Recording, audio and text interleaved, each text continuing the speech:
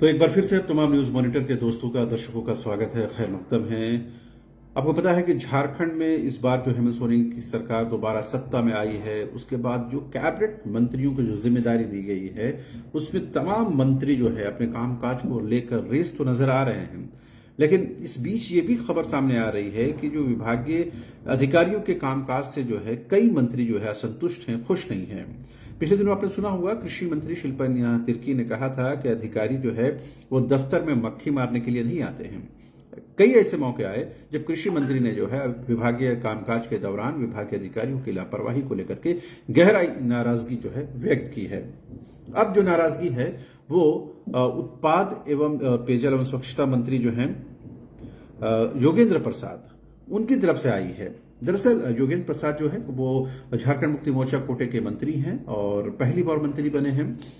हेमंत सोरेन के बेहद नजदीकी हैं और कहीं न कहीं तेज तर्रार मंत्री के तौर पर ये जाने जाते हैं। दुमका में जो है विभागीय समीक्षा यानी कि उत्पाद और पेयजल की समीक्षा के दौरान उन्होंने विभागियों की जमकर लताड़ा लगाई।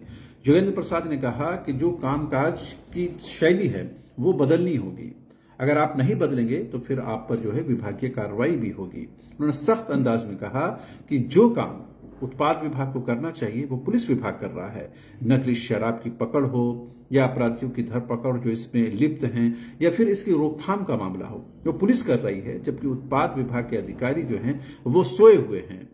तो कहीं न कहीं इस बात को लेकर गहरी नाराजगी है कि झारखंड में उत्पाद को लेकर यानी शराब की बिक्री को लेकर के किस तरह से नकली शराब जो बिक रहा है उसका पूरा एक सिंडिकेट काम कर रहा है। लेकिन जो विभाग है यानी उत्पाद और मद्य निषेध विभाग जो है इस पर जो है कठोर कार्रवाई करने में अब तक असफल रहा है।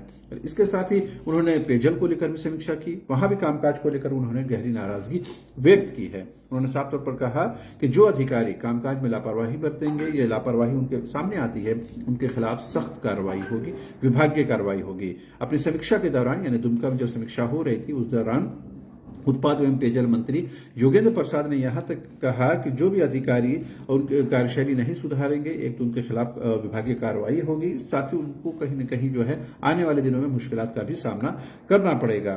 उन्होंने कहा कि जो दुमका के सहायक उत्पाद आयुक्त थे उनकी लापरवाही को उन्होंने गंभीरता से लिया और उनको स्पष्टीकरण देने को कहा है और उनके खिलाफ जो है कार्रवाई के आदेश दिए गए हैं। तो ये भी एक एग्जाम्पल है। लेकिन कहीं न कहीं आप देखेंगे तो योगेंद्र प्रसाद चाहे पेयजल के मामले में हो या फिर उत्पाद के मामले में हो यानी उत्पाद और मद्य निषेध के मामले हो, इन दोनों ही विभागों के अधिकारियों से वो संतुष्ट नहीं है, खुश नहीं है और कहीं न कहीं अपनी नाराजगी को उन्होंने व्यक्त किया है।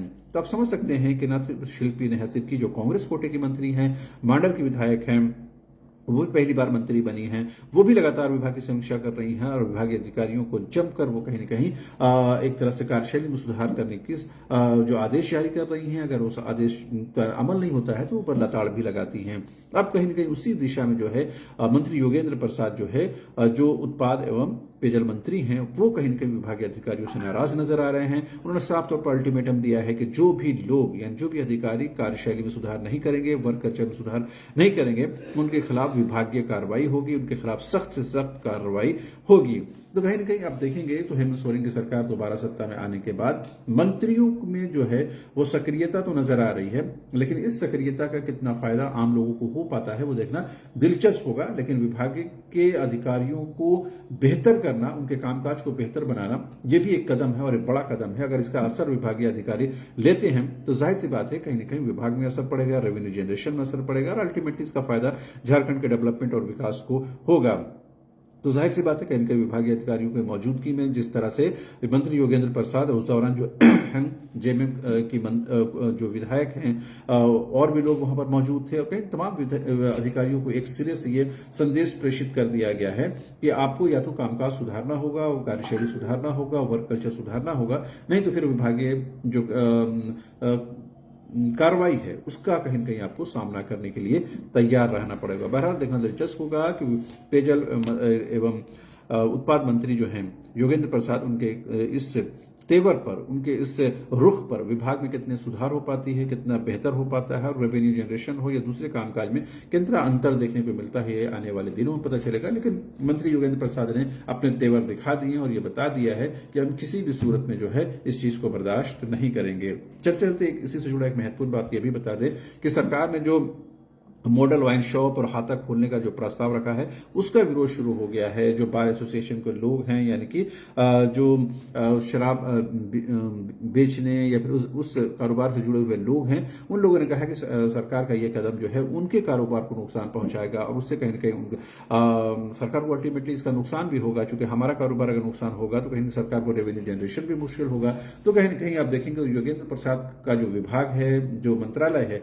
वो बेहद महत्वपूर्ण है। और उत्पाद में तो आपको पता है कि क्या क्या कुछ खबरें नहीं आती हैं। और दिल्ली में शराब घोटाला हो या फिर छत्तीसगढ़ में शराब घोटाला हो और उसकी तारे झारखंड से जुड़ना, ये बताता है कि कितना बड़ा ये सिंडिकेट है जो इस विभाग में कहीं कहीं जमा हुआ है। अब मंत्री योगेंद्र प्रसाद के पास इसकी जिम्मेदारी आई है। देखना दिलचस्प होगा कि वो अपने कार्यकाल में विभाग को कितना सुधार पाते हैं, विभागीय अधिकारियों को कितना सुधार पाते हैं और इसका असर झारखंड की जनता को कितना मिल पाता है।